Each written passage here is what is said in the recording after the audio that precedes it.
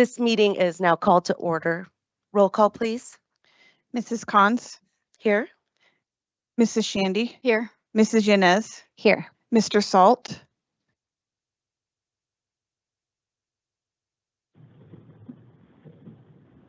Here.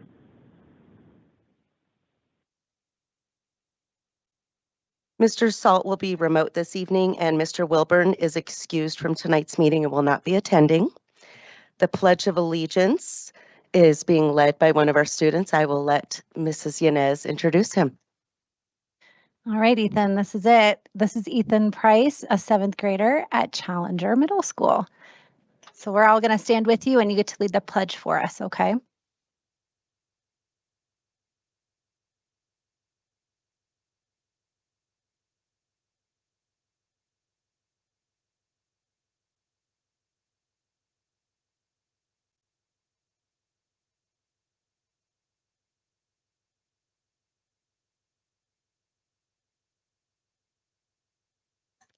Tonight for our board spotlight, we have Legacy Peak Elementary School and Chinook Trail Middle School here.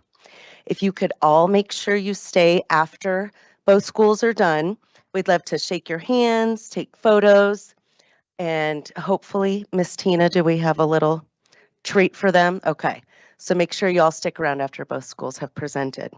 So we'll start with Legacy Peak, Mrs. Yanez. All right.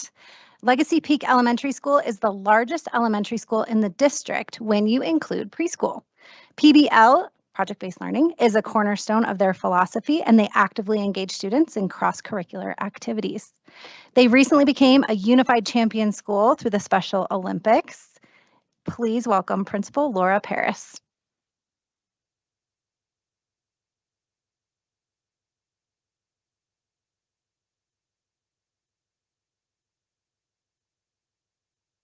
I'm always first. Okay. Okay. Can you hear me? No. Lean in. Can you hear me? Okay. Thank you so much for having us tonight. We're very excited to get to showcase some ASL. ASL is one of our specials that we have at our school.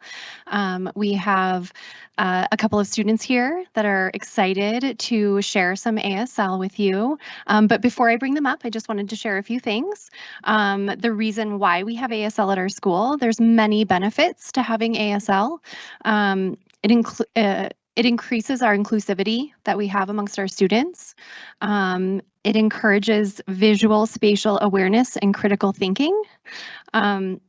Studies also suggest that ASL can enhance cognitive development, particularly in the areas of memory, multitasking, and communication. So we're really excited to get to have ASL as an offering at our school, and all kids pre-K through 5th grade get to experience ASL. So I would like to have my students and my ASL teacher come up.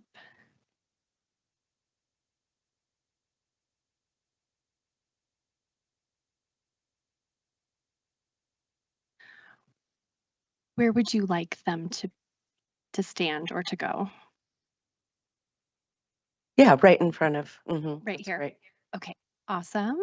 This is Mrs. B, and we're so lucky to have her as our ASL teacher this year.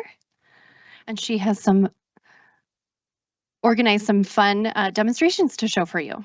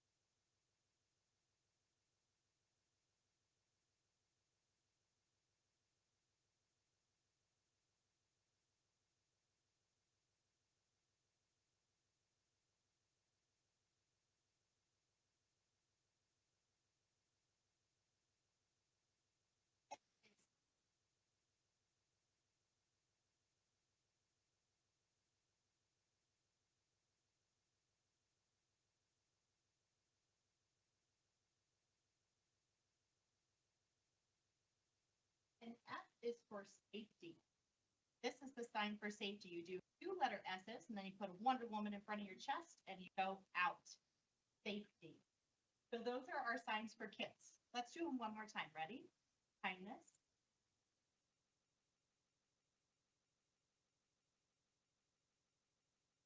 And safety. Thank you. Thank you.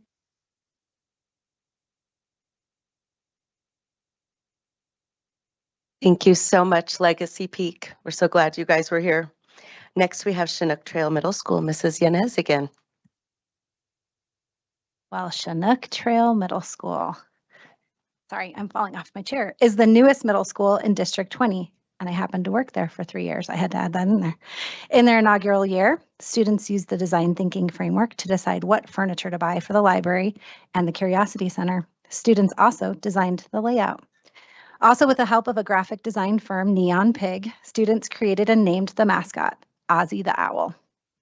Chinook Trail Middle School students are growing and learning and hope to become ultimate learners. The school's competency-based approach includes 6 ultimate learner competencies: communicator, collaborator, innovator, researcher, and healthy and empowered learners. Please welcome Assistant Principal Sean Parsons.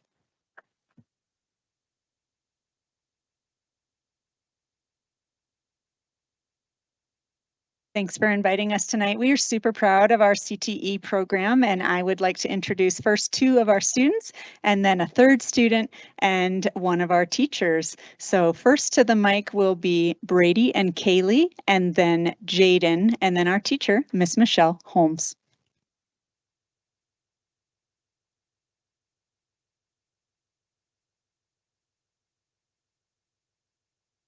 Good evening.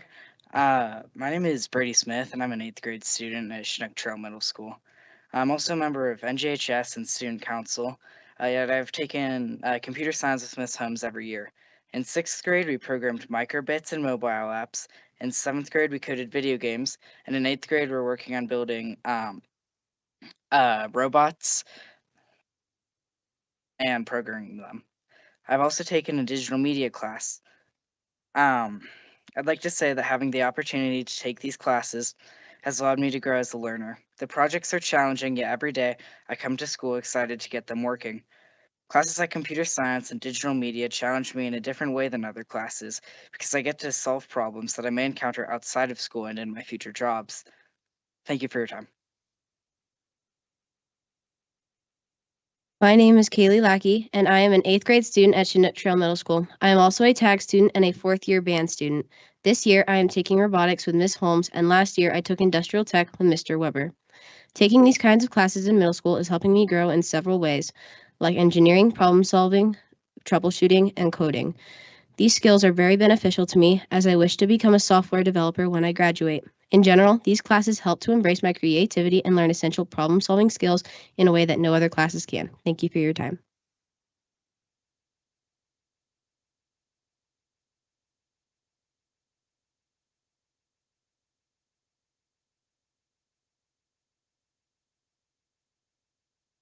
Hello, I am Jaden Hicks. I am an 8th grade student at Chinook Trail Middle School. I also play soccer for CTMS. I have taken classes with all 3 CTE teachers. Taking CTA classes helped me learn various skills I may use in my future. I learned woodworking, and machinery, which are both very hands-on, coding and working with robotics, which is both fun and interesting, and creating animations and making movies, which can be very creative. My name is Michelle Holmes. This is my 17th year as a public school teacher, my 6th in the realm of CTE, and my 3rd at Chinook Trail Middle School.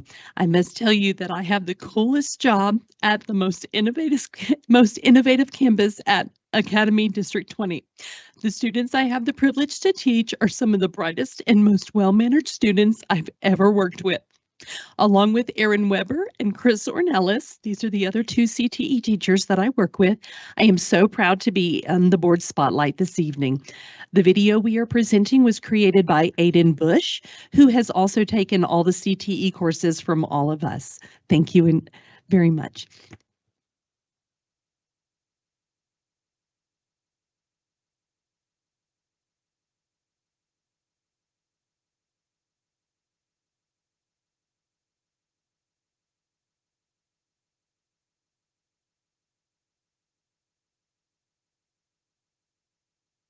What does digital media do for you? Well, I think digital media is important for middle schoolers because it can teach them a lot of different things. And they may discover that they like something they didn't know they liked, or they were good at something they didn't know about. Maybe they're going to find out they're really good about at still photos, or maybe they're really good at editing video. You never know. What's the coolest thing you can do in 6th, 7th, and 8th? Well, the coolest thing we're doing in 8th grade, obviously, is putting out a weekly newscast. That's very cool, and we're having a lot of fun doing that. In 7th grade, the students are being really creative and making different video segments. So I had one group that made a little mini movie. It was really cool. And in 6th grade, the coolest thing that we've done was probably when we first got out the cameras and we're taking still photos in the room with the lights in different places and things. And the kids got really creative with their photos. What are you currently doing in 6th, 7th, and 8th? Well, in 8th grade, every day, we're just trying to put out the newscast. We have 2 8th grade classes, so each one takes a turn putting out the newscast. And it keeps us very, very busy in 8th grade. In 7th grade, the students are putting out video segments right now, just about all kinds of different things. Some of them are kind of duplicating the things we put in the newscast, but others are being very creative and coming up with ideas on their own. And in 6th grade right now, we have an interesting thing where the students are doing a stick figure animation that animates and demonstrates what they're learning in science class right now. So they're learning about scientific variables, and so they have to show their little animated guy conducting an experiment and using the different variables that they use in science experiments.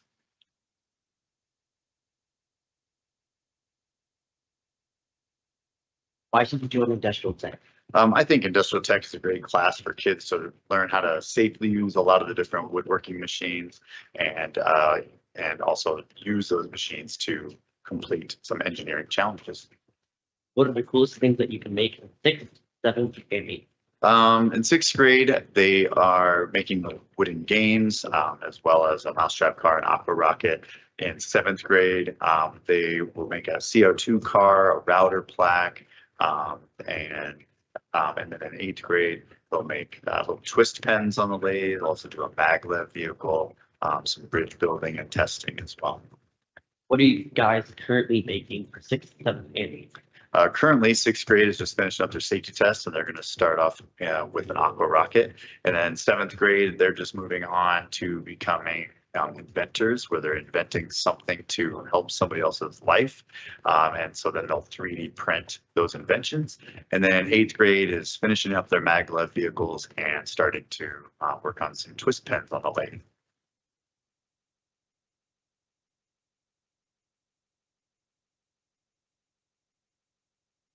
What does computer science do for students? Computer science basically gives a chance for students to explore what they can do with computers. There's a lot of coding involved, but really we're applying the coding to different things such as drones or robots or microbits. What are the coolest things you can do in 6th, 7th, and 8th? In 6th grade, we do a lot of microbits and robotics and just kind of playing with different toys. One of my favorite activities right now is the coding the robot to go through the maze that we have mapped out on the floor with painter's tape. In 7th grade, we build video games, and the coolest thing is that when we get to the end of the class, the students have made 3 or 4 or 5 video games that they can actually play and send to their friends.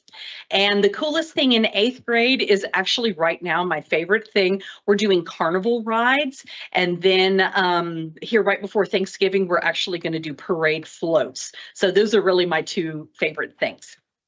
What are you currently doing for 6th, 7th, and 8th?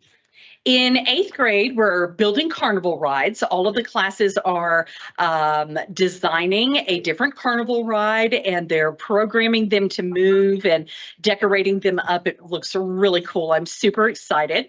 In 7th grade, they are going through the skills that they need to build their first game, which is going to be a basic collision game. So they have to move an object around to basically capture different objects, and it counts the points up.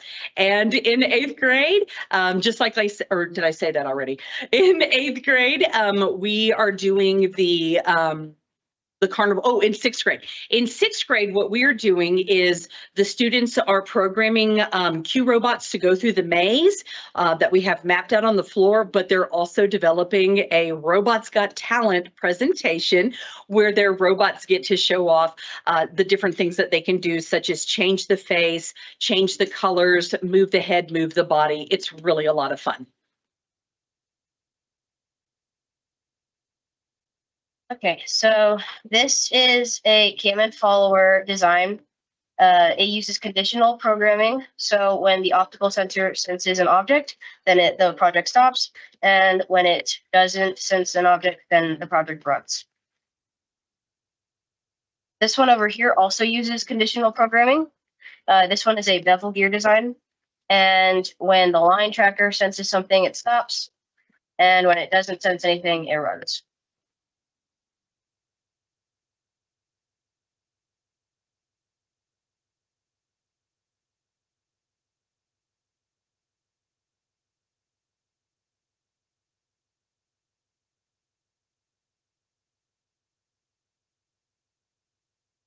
Thank you to everyone here from Legacy Peak and Chinook Middle, and especially to our teachers who are here. I know I've gotten a tour with some of you and seen your passion in the classroom, and just thrilled to see all of the things the students are experiencing and getting to learn.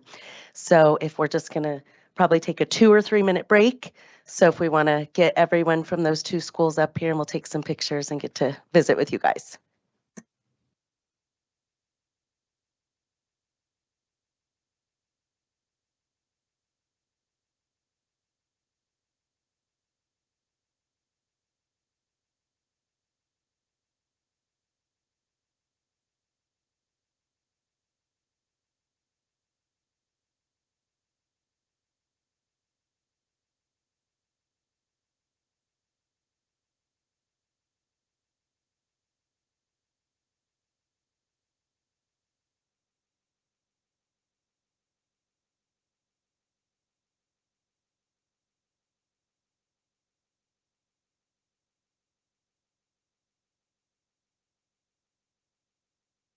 Almost. You guys did such a great job. Great job, everybody. Thank you.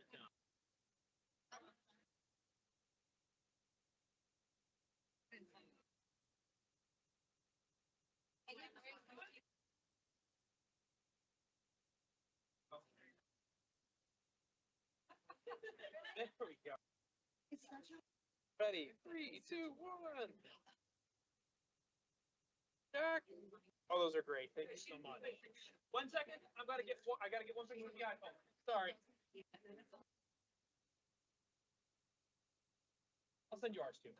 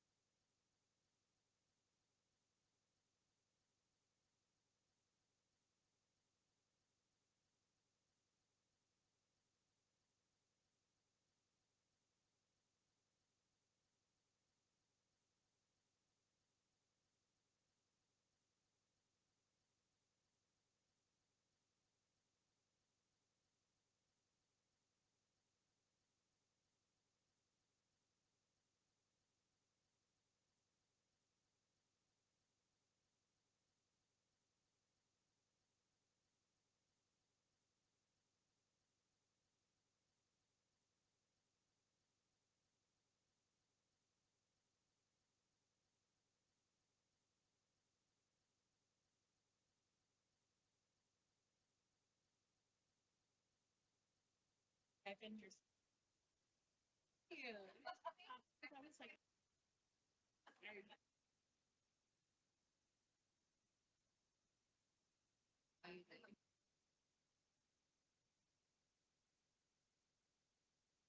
Okay, welcome back, everybody.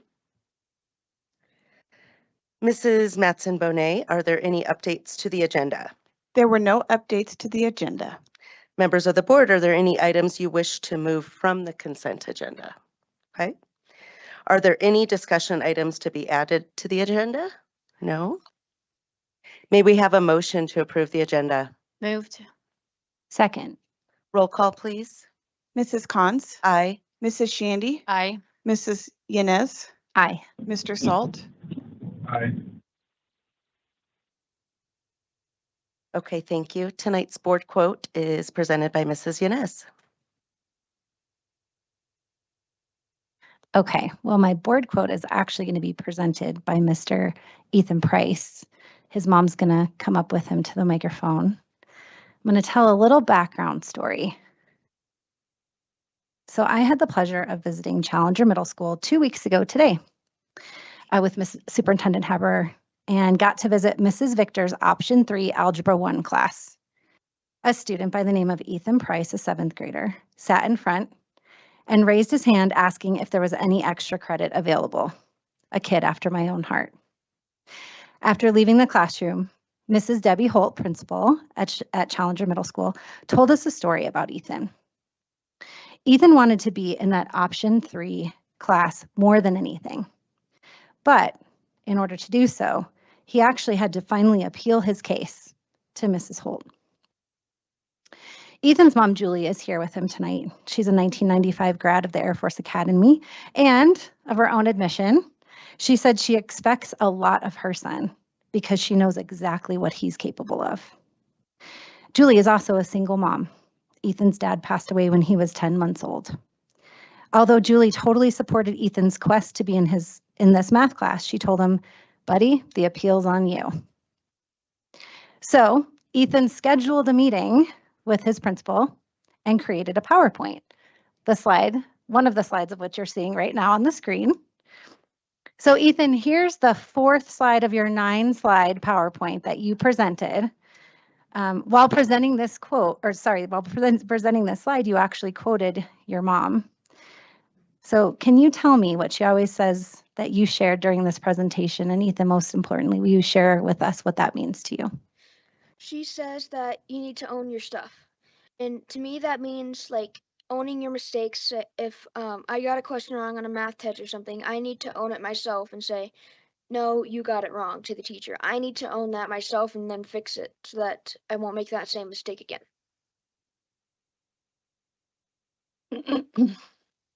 Ethan, you represent the perseverance and guts that we all want to have. Julie, with the loving support that you provide your son, sky's the limit for him. So Ethan, I know it took guts to walk into that principal's office and make that appeal, right? And those are life skills that you've already mastered. Some of us are still working to do that. Something tells me you won't lose that along the way, that I really can't wait to see what you do. So, but back to your quote. So my mom said I have to own my stuff.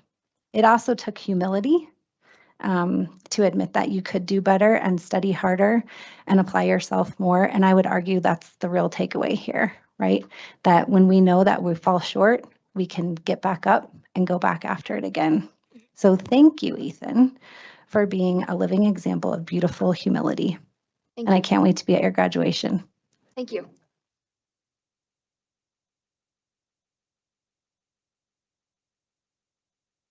And Ethan and Julie, if you have a few minutes to stay until our next break after our superintendent comments, we'd love to visit with you. All right, I'm not sure if anyone wants to follow that up, but board, does anyone have anything to share for comments tonight? No, okay. I just want to say thanks to our staff and the staff of Challenger Learning Center for arranging our board retreat on, was that Tuesday? So we got to experience what a lot of our mostly middle schoolers get to experience at the Challenger Learning Center over off Wolf Ranch in the Wolf Ranch area. And it was awesome to be together. We were proud of ourselves for making it with 5 minutes to spare.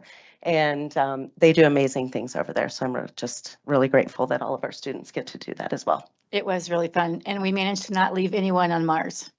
So. Okay. Go ahead. I just wanted to say thank you for running the meeting. I apologize that I can't be there tonight, but everything should move forward as usual. You did a great job running the meeting last time, and I appreciate you being able to take the reins tonight. So thank you. Thanks, Mr. Salt. Okay, superintendent comments from Superintendent Haber. Yes, great happens here in D20, and I've had such an amazing last few weeks, and I'm excited to share them with you. I had a wonderful visit at Village Middle School, and one thing, I appreciate a lot of things about what goes on there, but when I went there, I really saw evidence that students were owning their own learning, and I feel that the principal and staff there really empower their students to take ownership of their learning and to set goals. Students were choosing to work on maybe IXL or some of their math subjects. They were also in different electives, and there was just this nice calmness over the whole school area, but the students were very much engaged, even though they were, doing different types of tasks. So I just say kudos to Ash and her whole team and the amazing students there. And the student up in the upper left-hand corner, his name's John, and he used what's called stop animation. He built little pipe cleaner. I think that was like a dragon, and he would just take pictures of it while it was moving, and then you thread it together and it makes a movie. And it was cool. He showed me one of them, and I just thought that was really awesome. There on the bottom, you see an example during the same time while he's working on that. In another room was some small group instruction around math and students choosing and saying, I really need more help on this. Can you help me with it? And a teacher there was doing such a good job of asking them questions and letting their questions really drive what she was reviewing with them. And then the top right-hand corner, they were making like food. I think this was like a banana split with chocolate and all these wonderful toppings. And I was ready to run out to Dairy Queen after I got done with that. But really just a lot of creativity going on. And I know that on the next slide, I saw this 2 visits ago, and I was like, Ash, what is this? This looks amazing. And so she said she would be glad to come to our board meeting. So Ash and Angelo and Jody Cameron, I think, is here with us as well. If you guys want to come to the podium or to our speakers there, just talk a little bit more about this technology. I know that at Village Middle School, they're really committed to the use of technology to support student learning. And I just thought this was a great invention and said, would you come share it with us? So thank you, Ash, for being here. Yeah, thanks for having us. Is this one I'm supposed to advance to my own slide, IT?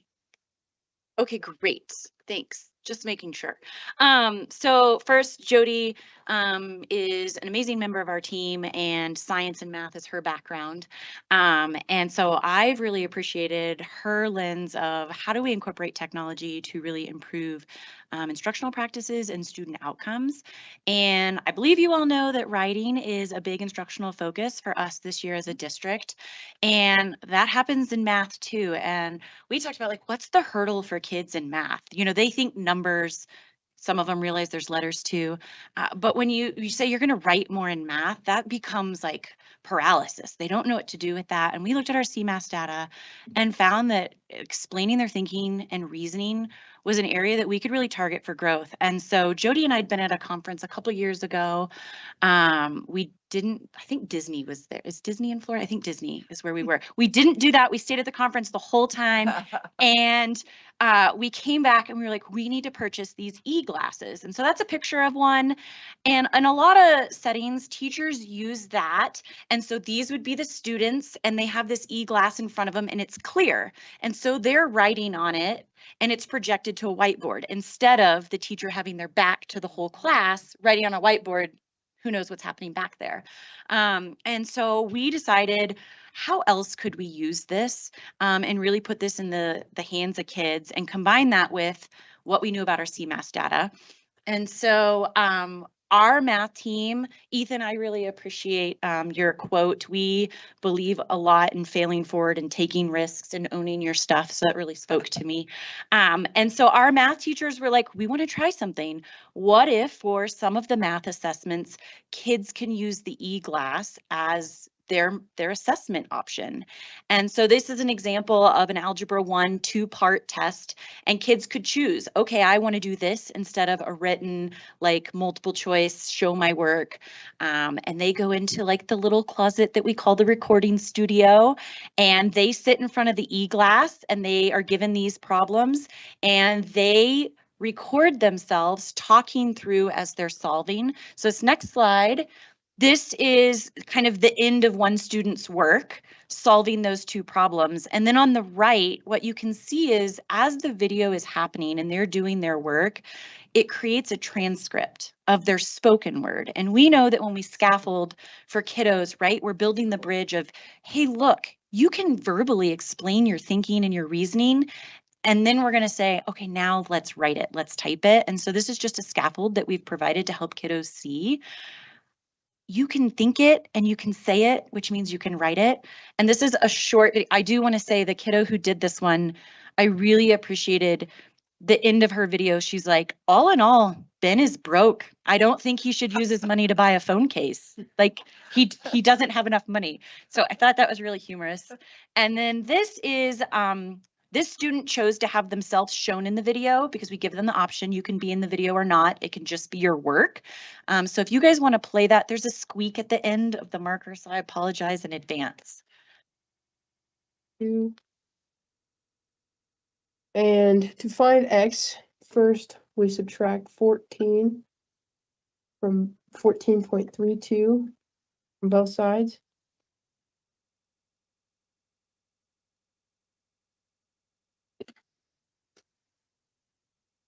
And 14.32 minus 20 is 5.68. And then at least, and then X is how much he needs. So he needs at least $5.68. So Ben needs $5.68 more to be able to afford a phone. Oh, good. I snipped it so that it didn't have that squeak. I'm proud of myself. So this was just a snip of a kiddo. I think I'm most proud of the risk that our teachers took. We're like, let's try this. And then watching kids say, yeah, I'm willing to try an assessment in a different way. And ultimately the goal is, again, that they realize that if they can think it and they can say it, that they can write it, and that we see improvement in their ability to write out their reasoning and thinking in math. Did I miss anything? No, I think that's great. I think the one thing we can think about is how to expand on this later and think about brainstorming sessions. And I really think maybe even student mindfulness, right? Reflecting on things and writing down those reflections and then being able to go back and look at it. So we're excited about how we can expand on this in other subject areas as well in our little recording studio. Yeah. Thanks for letting us share. Thank you so much, Ash.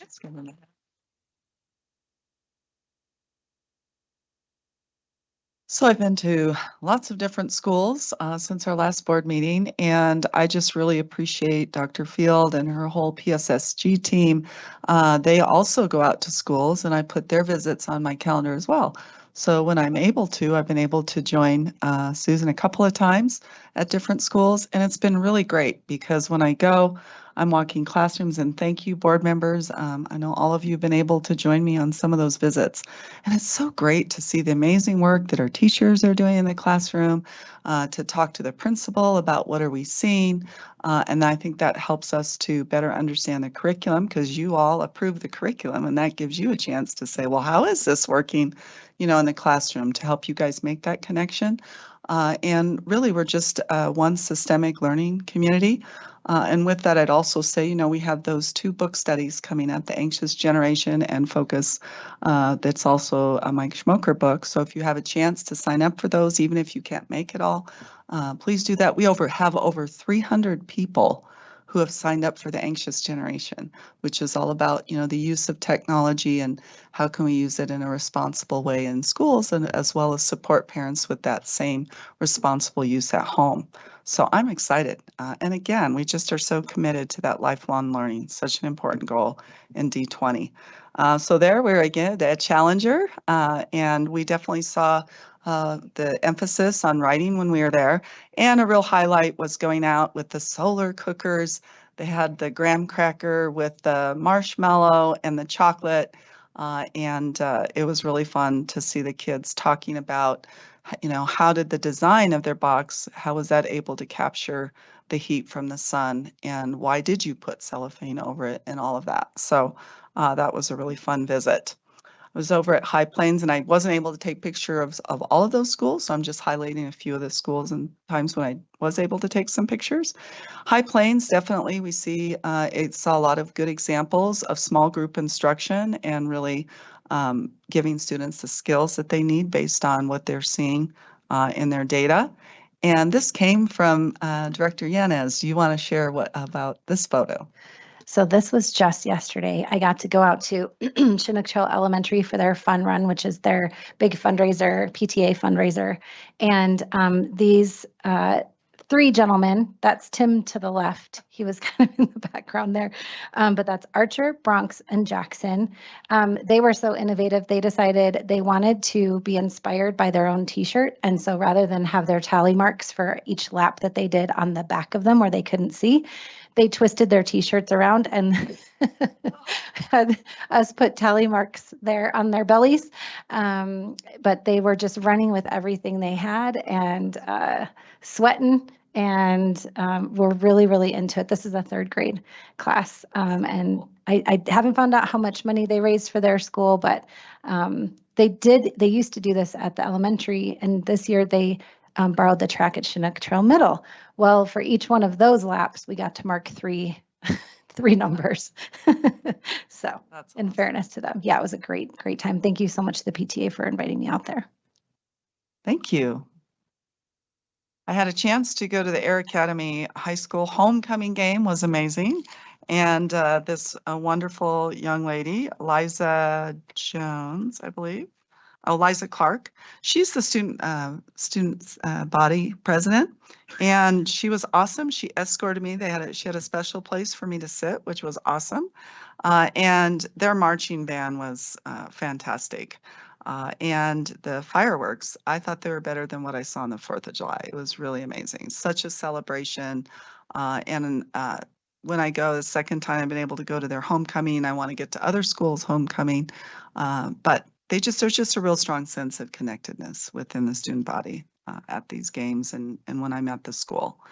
And Rampart, we want to celebrate them. They recently went to Grand Junction for an open class show with 13 other bands, and they took a clean sweep of all of the awards and placements. So congrats to Mr. Asanias, Mr. Altman, and the whole Rampart High School Marching Band. First class and open class, they won first place in 4A, open first place in the High Visual Caption Award, High Music Caption, High General Effect Caption Award. Really amazing. So I know we'll have the marching band competition again at the Air Academy at their stadium. And I know last year was like freezing, but it was worth going, and I'm excited to go again, and maybe that's something we could all do together because it's definitely worth it. And our students are just outstanding. This is teacher, congratulations to Matt Stewart, social studies teacher at Village High School. The mayor's office announced its finalists for the annual Mayor's Young Leader Award, and Mr. Stewart was nominated in the education category. And this is an outstanding program that recognizes achievements of young professionals 18 to 40 who are really making a positive impact in Colorado Springs. So congratulations to Matt Stewart. I had an amazing experience. This was just last night at the Foothills STEAM celebration. There's so many parents and students there. We had to park, and I know Cole was there like 3 or 4 blocks away. It was packed, and I especially want to do a shout out to the STEAM teacher and coach, Jessica Taverdi. She's the one there on the bottom. She's amazing. She's been organizing this for 3 years. We had over 250 families that came that night. Every classroom was transformed into like a unique STEAM related activities. And her husband is a chemistry teacher at UCCS, and I get to go on their field trip when they go. And he had a whole chem lab there where students had the goggles on, and they were doing chemical reactions with copper.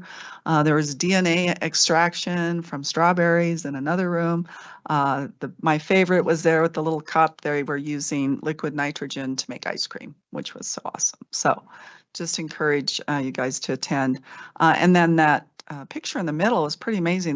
They were teaching students how to use music to direct like a laser. You go to those laser shows and you see a move to music, and they were showing the students how to do that. It was really amazing. So, and huge thank you to the administration at Principal Julie Cassiano and Assistant Principal Koi Schatzer. They were there just going all around and making sure that students and families were just having a great time. Can I go back? There we go. Super excited. We had our first business roundtable, and some of the folks that were there, Lauren Eckert from Children's Hospital, Glenn Hard, Careers in Construction Colorado. We do a lot with them, and they support our construction programs. Chloe Heft, who is the Vice Principal of Marketing Communications for the venue. Robin Lovewell, who's our Workforce Administrator, Office Tracy Marquez, who heads up the Pikes Peak Workforce Center, Samantha Parker, who supports Special Olympics, Deputy Chief Mary Rosenoff of the Colorado Springs Police Department, and she was telling us about the cadet program, which I would love to bring to our district if it's not already here. And really, she was really talked very highly about that program. And President and CEO of Air Academy Credit Union, Glenn Streeb, and Jariah Walker, who is our Colorado Springs Urban Renewal Authority. And what we did is we asked them their feedback. We showed them our portrait of a graduate. What's your feedback on those skills? And what's missing? What do you need from us as a school district for your workforce? What are those skills that you need? And something that we gathered from their feedback that was a common theme is they really have a desire, and I think we do too, that when our students graduate, that they're able to find jobs here in their own community if they choose to do that, and really making students aware of the opportunities that are right here in Colorado Springs. So that was just really amazing. I'm already looking forward to the next time. Another highlight is we had 4 students that attended, and there's one of our students in the lower left-hand corner. And they were Camila Del Duca and Mariana Guzer Palacio from Discovery Canyon High School, and Joshua Driesman and Jeshu Behill from Pine Creek High School. We asked them, what's the career pathway that you're in, and how is it impacting your life? And every one of them said that by going into a career pathway at their high school, they really felt like they had a strong plan for success, and they knew what those next steps were when they graduated. And Joshua at Pine Creek said, oh, it started for me back in elementary school.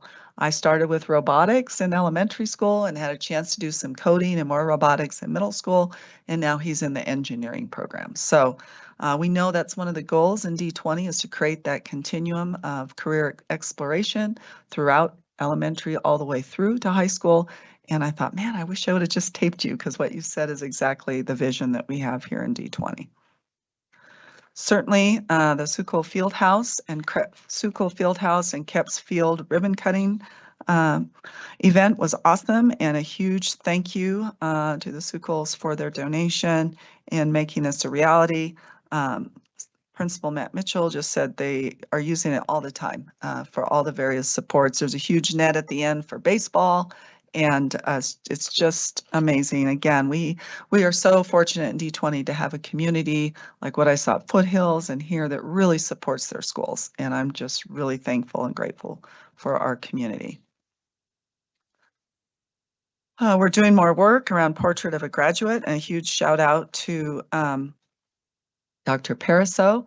He has had 2 meetings now, and what we're doing is looking at the portrait and saying, what would our blueprint be? What would we want to have as a rubric for how we're going to start ingraining the Portrait of the Graduate into everything we do in D20? Starting at the high school, so all of these folks have been high school administrators. I think we had some parents there, a teacher, and how do we work together to create that at the high school level? What would that look like? And then we'll go to middle school and elementary so that we've got a continuum all the way through. Canyon City and Durango both have blueprints, and we had some examples out to say this is what it could look like in the end.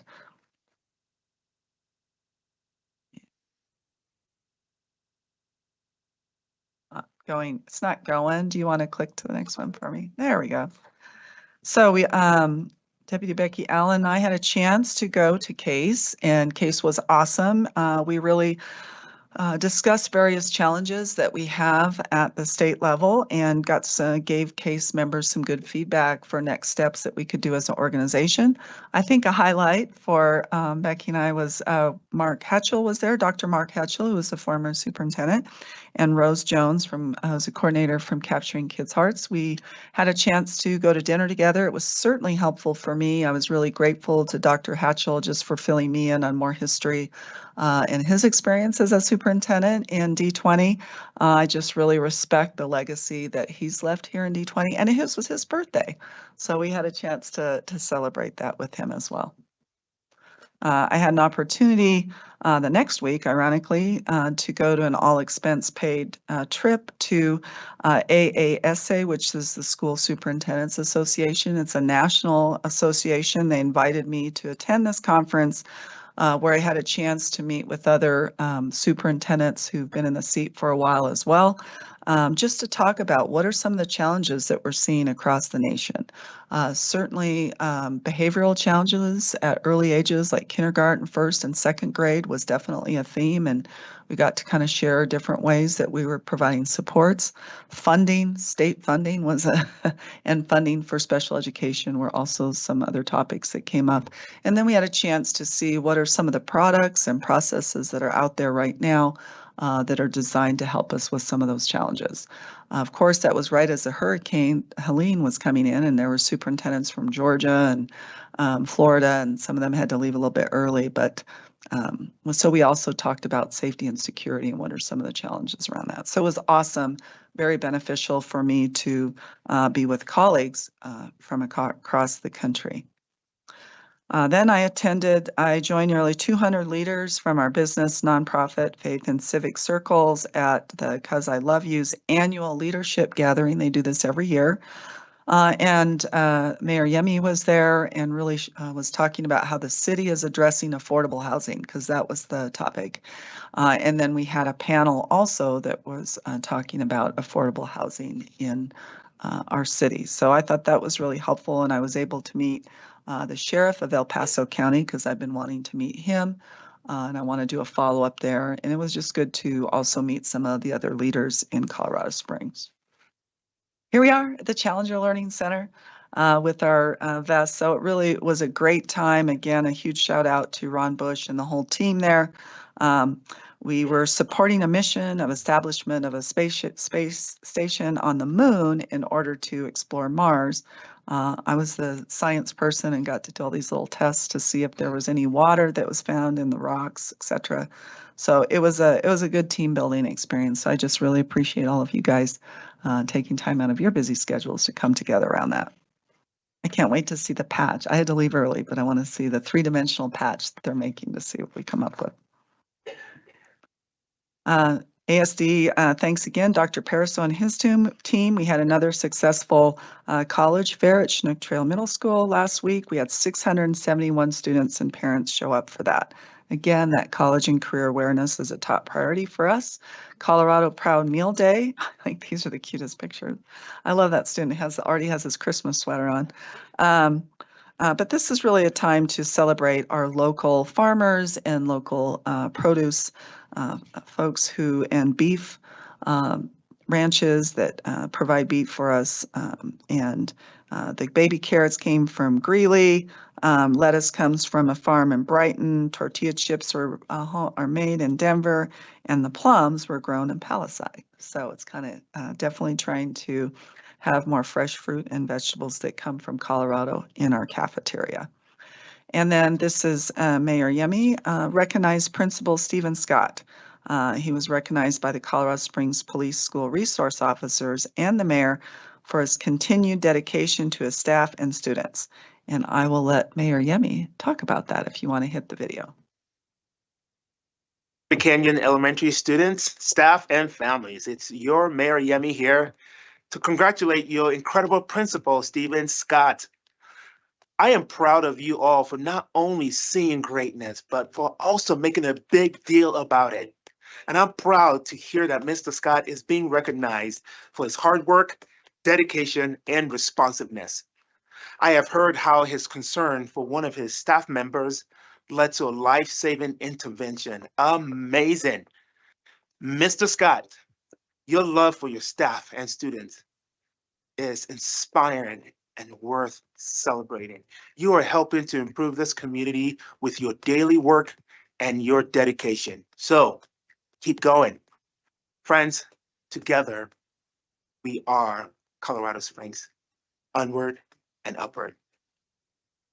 So again, huge shout out to Principal Stephen Scott of Discovery Canyon Elementary School.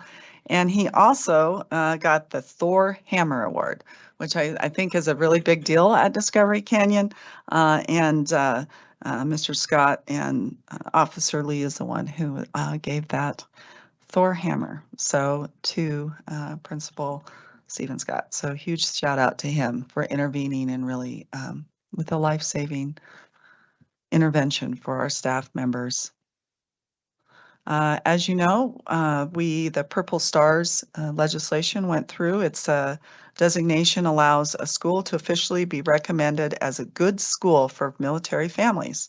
KRDO News is working on a story right now about the Purple Star program, and Air Academy High School hosted the interviews with the Department of Defense and the U.S. Air Force who helped pass this state law.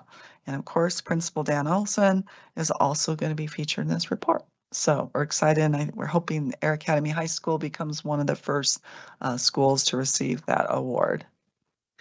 And I'll end with, we had Stakeholder Week, and I am just so thankful again that our community shows up. They want to be a part of these stakeholder meetings. We said that we wanted to add 20 more parents to the parent sounding board, and we had over 100 parents want to be a part of that. That's huge. I am so grateful that we have parents that really want to be involved. So we had to do a randomizer, to be able to just pick 20 just because of the seating constraints within the atrium. But we want to figure out how we can continue to bring more stakeholders in. And a huge thank you to Deputy Allen, Becky Allen. You did an amazing job, as always, Becky, with your budget process. And really, the budget can be pretty complicated, but Becky does such an amazing job of explaining it where people can really understand. And then a huge shout out to Pete Risting, too. He did a great overview of safety and security here in D20. We had a lot of questions and answers, and I think one of my favorite groups was a student group. They just really asked good questions, and when we gave them Alan gave them a sheet where they had to figure out the budget under all these different constraints. And some of the solutions like, yes, can I tape you to hear you say that again? Because they're so, student voice is so important. And then we have amazing students, had some great solutions that actually caused Becky and I to think, yeah, that is a good suggestion. We should really think about that.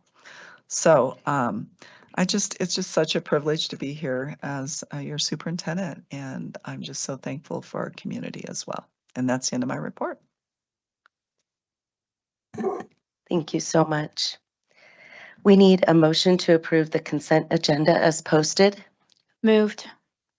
Second. Roll call, please. Mrs. Cons, Aye. Mrs. Shandy, Aye. Mrs. Yanez, Aye. Mr. Salt, Aye. Mrs. Matson-Bonet, can you tell us how many people are viewing the live stream? we have 6. Thank you so much. So let's take just another 2 or 3 minute break real quick so we can grab some photos with Ethan and Ash and Jody. Is that it? Superintendent Haber? I think so. Okay, thank you so much.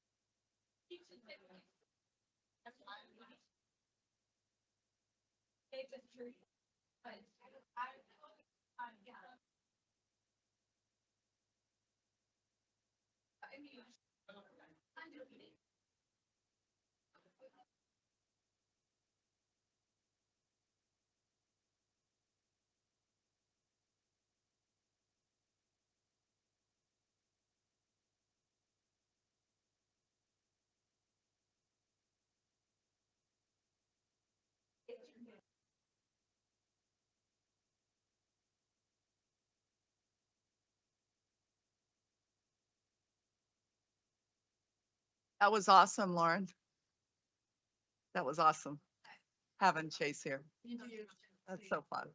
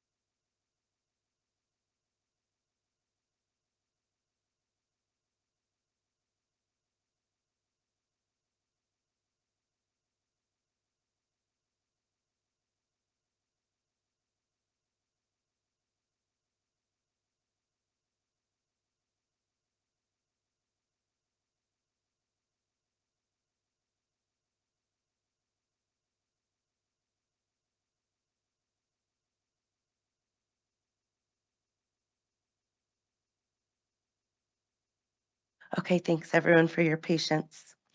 Tonight, there are no items that have been pulled from the consent agenda. And then we're on to our written reports. So the first one is the annual monitoring report for Executive Limitations Policy 2.3, Treatment of Staff. So we've all reviewed that policy. Does anyone have any comments or questions? Mr. President, Mrs. Shandy? I had a question on EL 2.3.1. You just go ahead and ask it, or you're gonna, are we all up to speed on House Bill 24-1071, which allows convicted felons to change their names to match their gender identity? We just want to make sure that we have all of our policies, there's no gaps, because what that does is allow them to get a clean background. So I just wanted to make sure that all of our policies in identifying volunteers and things like that, access to direct students are closed. Yes, Mr. Cameron Smart. You can call me I almost doctor if called you you a want, sure. doctor again. You take it. just have that look. I need to put it on my sign over here. Yeah, so first of all, when you do a background check, especially when we do fingerprints, we use social security number and the fingerprint. So although you may change your name, when you get the report back, it's going to have any other names you used, any aliases you used that would connect you to that. So if there was anything on a report, it would still be attached to that individual. So we wouldn't let anybody kind of slip through. And because we're going to match their application for things with that report, we're going to have a match and show that we got both things before we move somebody forward. Awesome, thank you. Yep. Does anybody else have any questions? All right, we are going to do the MRE for this, our evaluation. Is the superintendent's interpretation of the policy reasonable? Is there sufficient evidence to determine compliance for each section? Are all sections in compliance? Any recognition of exemplary performance or concerns regarding performance? And would you like to see additional or different evidence, or should any part of this policy be changed in the next monitoring report cycle? Okay. And do you see any evidence which is extraneous or no longer necessary? No? Okay. Thank you, everybody. Bless you.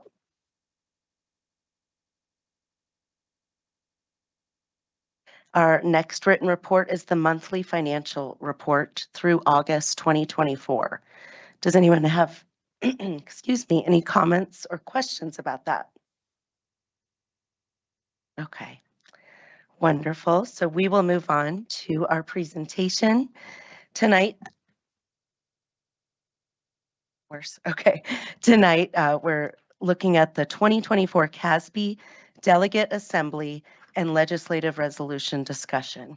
Mrs. Shandy. Yes, so they changed their platform a little bit this year, so I just want to kind of give you a brief overview of what they changed exactly and why that probably was why there were only 6 resolutions submitted when in the years past there's been like 30 some or something. So to improve CASB advocacy and become more of a leader of conversations about legislations as opposed to reactionary, they spent the last year developing a new proposed legislative timeline and associated action items to align with and better advocate for CASB with the Colorado General Assembly. This new platform is being rolled out next weekend at the fall conference and provides a nice clean one-pager of priorities and platforms. The priorities consist of specific short-term goals with legislative solutions, and the platform provides CASB opinions and viewpoints about their focus topics. CASB further divided their platform into 4 specific planks: finance, student and staff success, local governance, and charter schools and other non-traditional multi-district public school options. So those are their 4 areas of focus. Only 6 new resolutions, like I mentioned, were submitted because of the new platform, a couple of which were very specific to situations or districts, and in my opinion, not very worthy of state level legislation. So do either of you have questions about any of the resolutions submitted? Can you read those 4 categories again? Yeah, finance, student and staff success, local governance, and charter schools and other non-traditional multi-district public school options.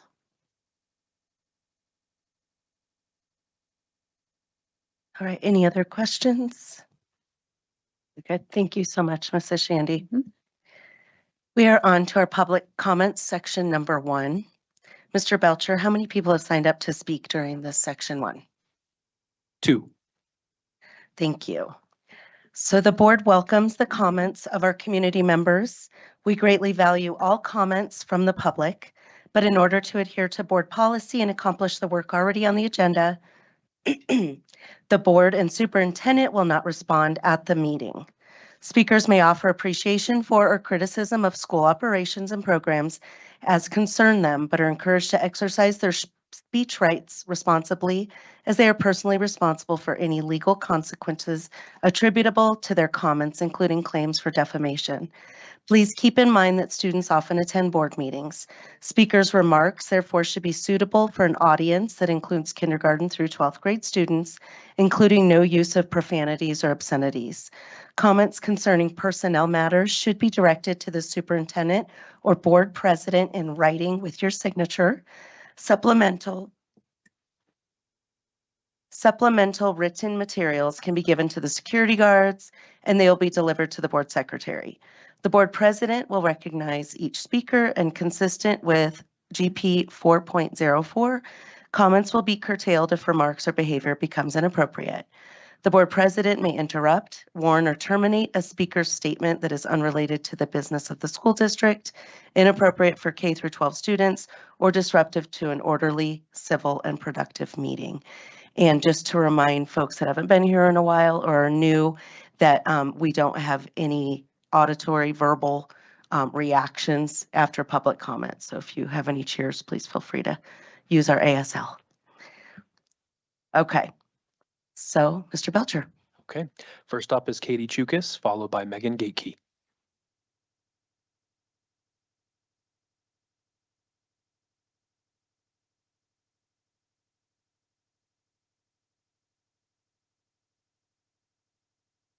Well, that was on the agenda. Is it pertaining to?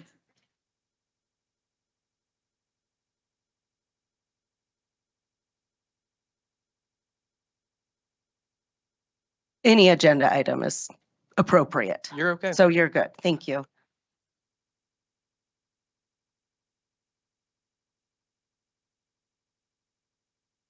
So I wasn't prepared. Anyway, my name is Catherine Chukas. I live in the district. I'm an Air Academy parent. I'm their SAC chair. My West Side Animal Update is about turkeys. We are being inundated by turkeys in my valley. But really about the CASB agenda item, I don't really think there's any reason to change or edit or make any additional resolutions on behalf of this district. We have enough things to work on inside our district before leading on any advocacy outside of our district. And the one thing that we really need to work out, and I hope I can see something in public, is when any of the board members get to use your title in any sort of endorsement and advocacy. To me, it seems that some of you do this inappropriately, and we as the public need to hear what the consequences are for making this mistake. For example, Mr. Salt is in an advertising video identifying himself as president of our school board, speaking about a ballot initiative that has nothing to do with District 20 and its students. Why does he get to do this? When will you tell him that he made a mistake in this identification of himself? To me, in that statement, it seems like Mr. Salt wants to control the behavior of adults or parents. Why is he commenting on the rights of 27 or 47 or 67-year-olds to shop where they want? Instead, it would be better to publicly for board members to make an advertisement about a 67-year-old school that is on the ballot. Speak about District 20's ballot initiatives. I would really appreciate it. And on another note to Mr. Salt, my neighbors have asked me publicly to say, save the Rock Rimmon Library. Thank you. Next up is Megan Gateke.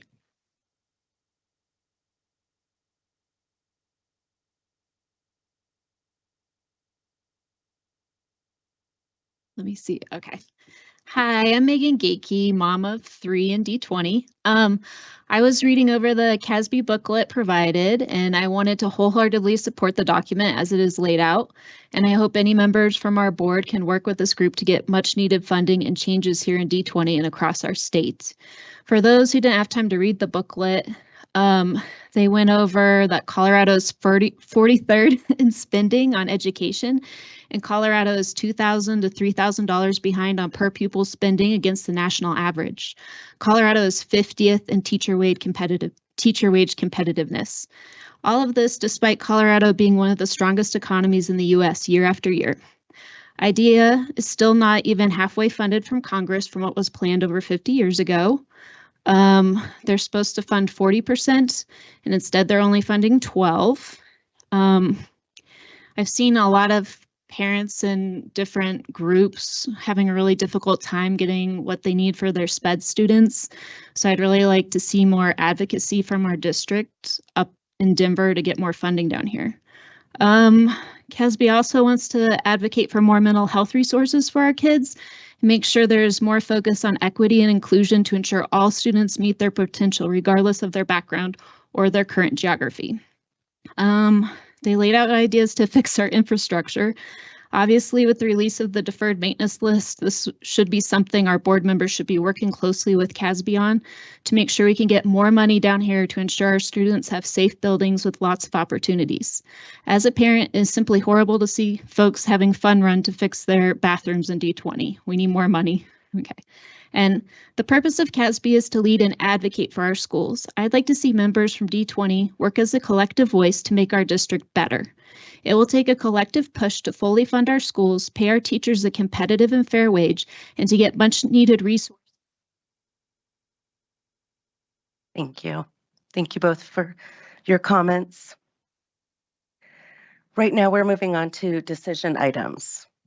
We need a motion to approve Resolution 288-24, approval of school accreditation status. Moved. Second.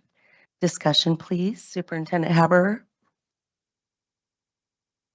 We fully recommend you approving the accreditation status. Dr. Sorry, Field. Dr. Oh, it's Field, okay. go ahead. Okay, so good evening and thank you for the opportunity to share information about the accreditation process and this year's performance rating for each of our schools. In the state of Colorado, school districts are accredited by the state based upon their prior year's performance indicators, which include academic achievement, academic growth, and for high schools only, post-secondary and workforce readiness.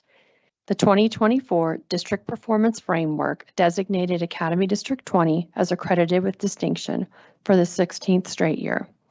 For schools, the possible plan designations from highest to lowest are performance, improvement, priority improvement, and turnaround. Out of our 39 schools here in Academy District 20 that received a rating, 37 of the schools received the performance rating, which is the highest rating. High Plains received the improvement rating, and Village Middle School has insufficient data in their subgroup populations. It just wasn't enough data, which means they retained the performance rating from 2 years ago until they would get enough data again. With respect to accrediting schools, local school boards are given the authority to determine the accreditation status of their respective schools. In Academy District 20, schools are accredited based upon the verification of absolutes, which is our legal and policy requirements, creating and updating school site plans, and school performance as outlined by the school performance frameworks. The absolutes were completed by all schools in May of 2024 and signed by each principal and a school accountability member. School site plans were reviewed last November by the DAC and are reviewed annually. This year, it'll be November 19th, so it's coming up right around the corner. Schools have recently updated their Unified Improvement Plans and will be submitted to the Colorado Department of Education on October 15th. This year, all of our schools, our 39 schools, 26 wrote new Unified Improvement Plans. Therefore, I'm pleased to share that all 39 schools are accredited. Do you all have questions for me? Just a huge congratulations to you and all of our D20 staff for making this happen. Yet again, we're so proud of everybody. Yep, me too. Thanks. Roll call, please. Mrs. Cons, Aye. Mrs. Shandy, Aye. Mrs. Yanez, Aye. Mr. Salt,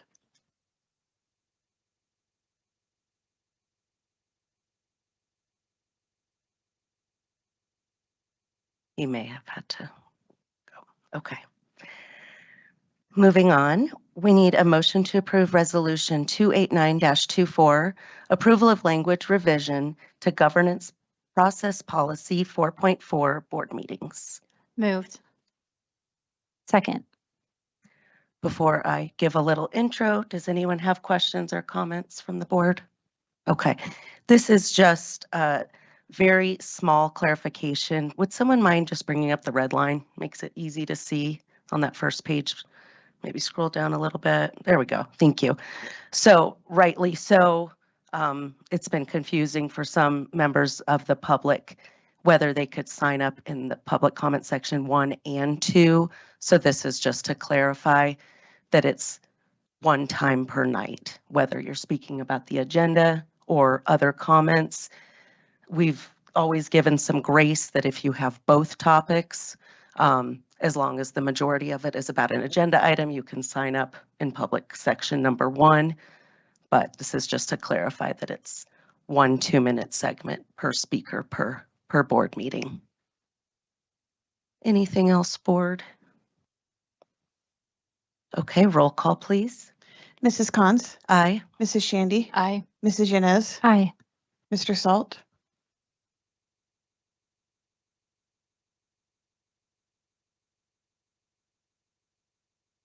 Okay, thank you. We are now on to the public comment section number 2. Mr. Belcher, how many people have signed up to speak during this public comment section 2? 8. 8, wonderful. So the board president will recognize each speaker and consistent with GP 4.04. Comments will be curtailed if remarks or behavior becomes inappropriate.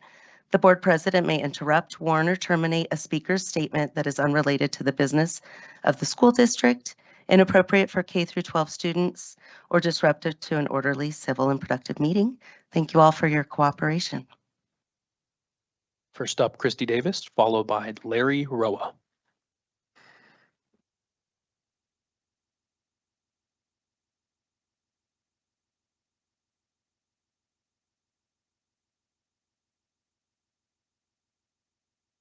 Is it, hello? There we go. Okay. Good evening. My name is Christy Davis, and I am the chapter chair of Moms for Liberty in El Paso County. It has come to my attention that a recent mandated non-legal name change policy appeared in D20 this month without any notification or discussion to the parents, community, and quite possibly most of this board. House Bill 24-1039 non-legal name change bill passed into law mandating districts to create a policy. The wording "without informing parents" was stripped from the bill before it was signed into law. School districts have full autonomy to create a policy that works best for your families, and we are advocating for you to do so with full parental consent. You were elected to be the voice of parents and community members over government overreach. We parents have a fundamental right to direct the upbringing, care, and education of our children, and we deserve the respect to be involved in the crucial decisions of what adults and others are referring to our children as in our absence. If a student wants to be called something vulgar or inappropriate, the district would not allow this. The district can set ground rules for non-legal name change, and one of those must be full parental consent. What are you going to do when you inform a parent that their child wishes to go by another name and the parent objects? Colorado is a choice state. Parents will pull their children. The school should in no way feel they have more control over a student than a parent. Also, have you considered an opt-out for staff and students from compelled speech? There is already a case in Brighton, Colorado, where a parent is suing the district and citing House Bill 24-1039. Taxpayers, take note, because this is a potential lawsuit that you will be funding because your elected officials who took an oath to uphold the Constitution dropped the ball. I urge you to make the changes needed to policy ACA to protect parental rights and add opt-out protections against compelled speech for your students and staff. Take back control of your administrative policies so crucial policies such as ACA aren't passed behind closed doors again. Thank you. Next up is Larry Roa, followed by Richard Brown.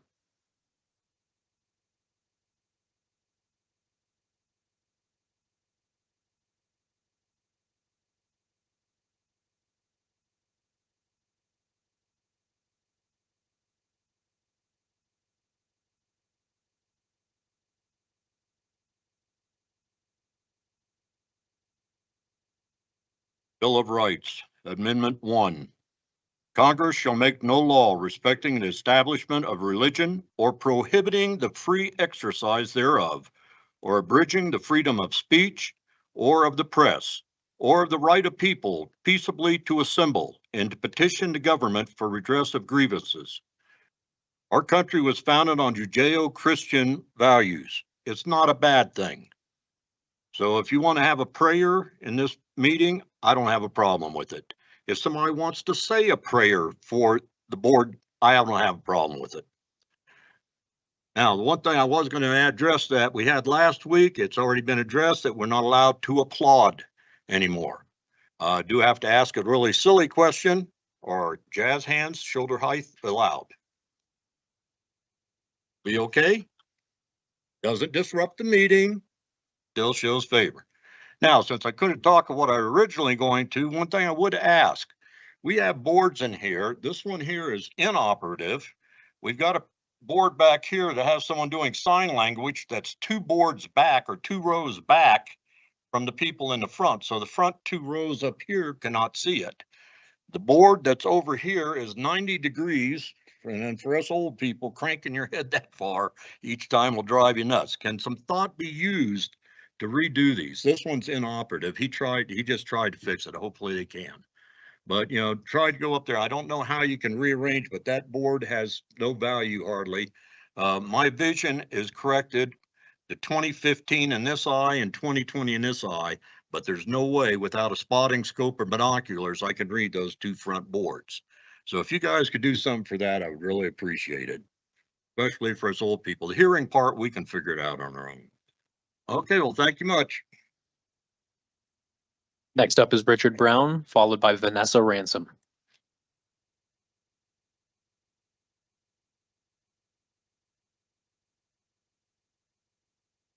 Thank you all for the opportunity to speak before you today. I first want to start by saying thank you for taking these positions on and caring about our children. Sorry, something popped up. I know the job is not easy, and I pray that you can all work together for the absolute betterment of our children in conjunction with reality. So I wanted to speak to you tonight about the policy and common sense. A particular policy I'm referring to is the HR 24 that she was talking about. It's my understanding that if a student were to come to a teacher and let them know they felt like they were part of the opposite gender, or if they preferred to go by a different name, teachers in the school are not required to let parents know. As absurd as that is, I cannot quite understand why. So I'd like to ask, what is the role of a parent? Aside from providing care and nourishment, as well as basic necessities, what does the Department of Education, schools, and teachers think a parent's job is? Aside from the things mentioned, our job as parents are to teach our kids how to contend with reality. Because with children, there is a principle of limited understanding. Because they are children, they haven't gone through all life experiences to understand the consequences of their actions. That is the role of the parent in order to teach them the lesson and principles in order to contend with reality in an effective way and to grow in an adult and to find meaning for their lives. So parents trust professionals, but that trust is rapidly diminishing. You know, it was professionals who told Tim Tebow's mom should have an abortion because the baby would die and she probably would too. We see how that turned out. It was professionals who told parents if your kids don't have these surgeries or change their gender, they'd kill themselves. Now we have professionals telling our parents they know what's better for our kids better than us. If a student came into the classroom and said, "I feel fat, so I'm bulimic," would the teacher affirm that child's feelings? If a student came in and said, "I feel worthless, I'm going to commit suicide," would the teacher affirm it? Absolutely not. So why then are these obvious signs, or when these are obvious signs of problems of mental health or irrational reasoning, are we allowing our children's minds to be polluted with this nonsense? No matter how it's presented, it's obvious that these policies are more harmful than helpful, and it's time this board worked together to bring back common sense to the classrooms. I'd like to end with John 8:32, then you will know the truth, and the truth will set you free. Next up is Vanessa Ransom, followed by Brett Dayberry.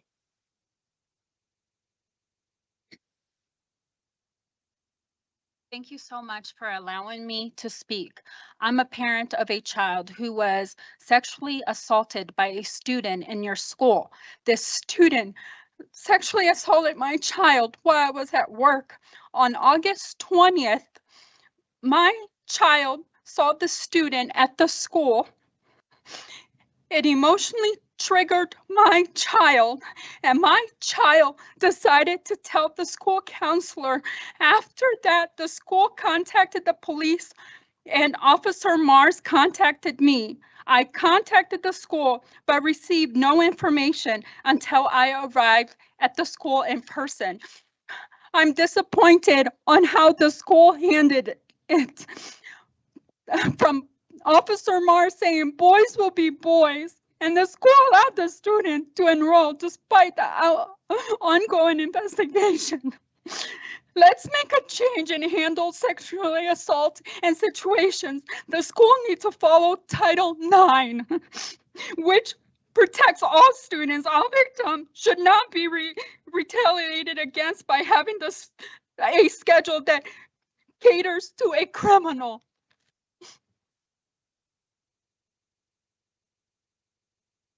Next up is Brett Dayberry, followed by Leah McFadden.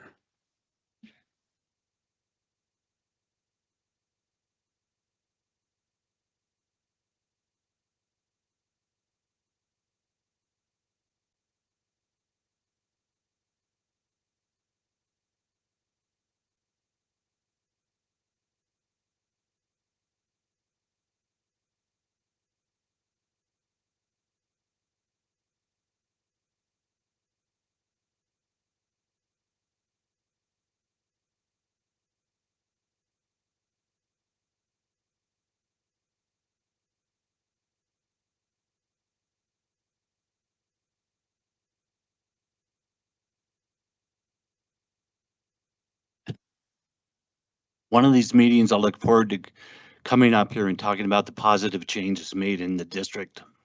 Tonight's not that meeting. After the horrendous non-legal name change legislation was put into law, individual school districts were given the ability to set their own parameters. It's my understanding that D20 administration, not the board, but our administration, put a policy in place that does not require parental notification at the onset of a student experiencing gender dysphoria. It's also my understanding that the administration put this policy in place without all members of the board being notified. I've heard of what other local school districts are doing regarding this issue. I've heard of no other district in which this policy has been put in place by the administrators instead of the school board. Why would the administration do this? The answer is simple, because they believe they can, period. They've been pushing around this school board and other issues, so they figured they could do it in this circumstance as well. They also knew that there would be not be popular among the stakeholders of the district. I'm extremely tired of the stuff that goes on in this district. The administration continues to change the goalpost on policies, and now they're writing their own, and the board is allowing it. The board hasn't simply manned up. Basically, nothing has been done regarding boys and girls bathrooms. The same DEI verbiage is still on the website from 2021. Multiple pornographic books have been allowed to stay in the libraries. And now we have to fight for verbiage on the non-legal name change policy to include parental notification.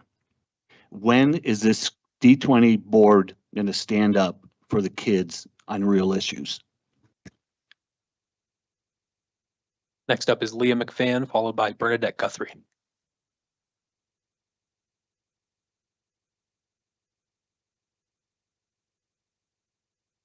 Hi, my name is Leah McFadden. I am an employee in the district.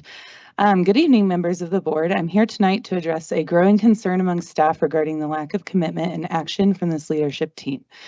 Since this new board was seated, 75% of the scheduled board meetings and work sessions have been canceled. This is not only disheartening, but has a tangible impact on the functioning of our schools. Staff and students are feeling the trickle-down effects of this inaction every day. One area of particular concern is hiring. I've heard from multiple sources that our HR department is currently 3 months behind on hiring for critical paraprofessional positions. How can we expect to attract and retain quality candidates when we are taking this long to process applications and make hiring decisions? And to make matters worse, due to the cancellation of board meetings, even if someone accepts a position tomorrow, they would need to wait another month for confirmation before they could begin. This is unacceptable. If this board is serious about retaining and supporting staff, addressing these issues would be a critical place to start. Show us that you take this role seriously by holding your meetings, addressing critical issues, and supporting your staff as promised. Please do the work you were elected to do and help us create a functional and supportive environment for our students and our staff alike. Thank you. Next up is Bernadette Guthrie, followed by Emily Vaughn.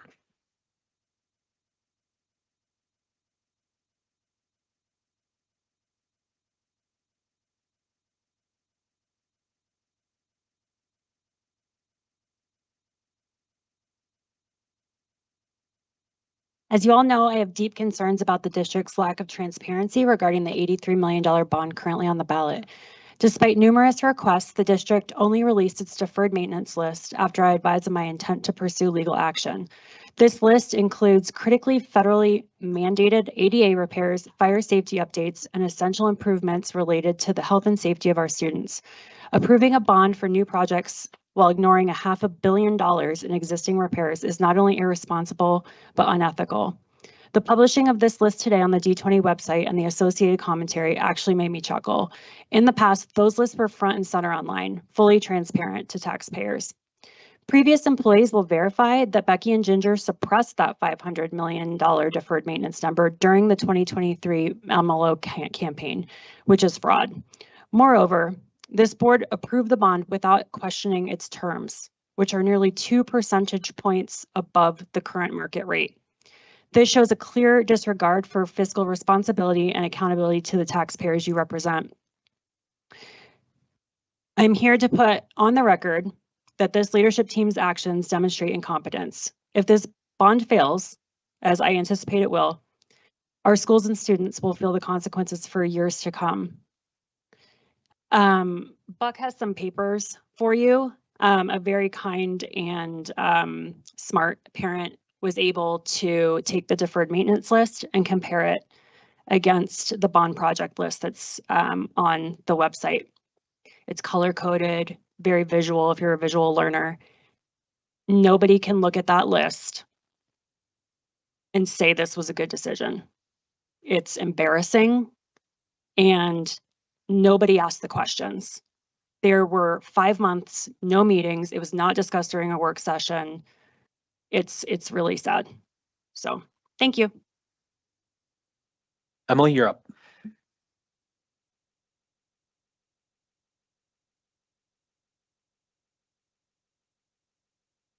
So I just want to make sure Emily Vaughn's not here, right?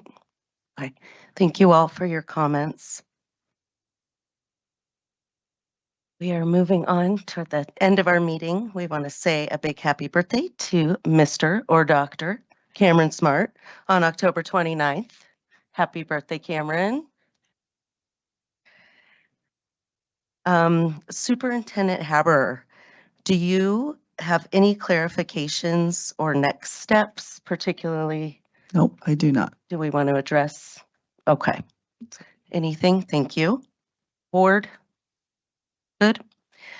Was our business this evening focused on activities that promote and honor our mission statement, our belief statements, and our global end statement that remind us that all students will have knowledge, skills, and character necessary for successful transition to the next level, and upon graduation will be fully prepared for success?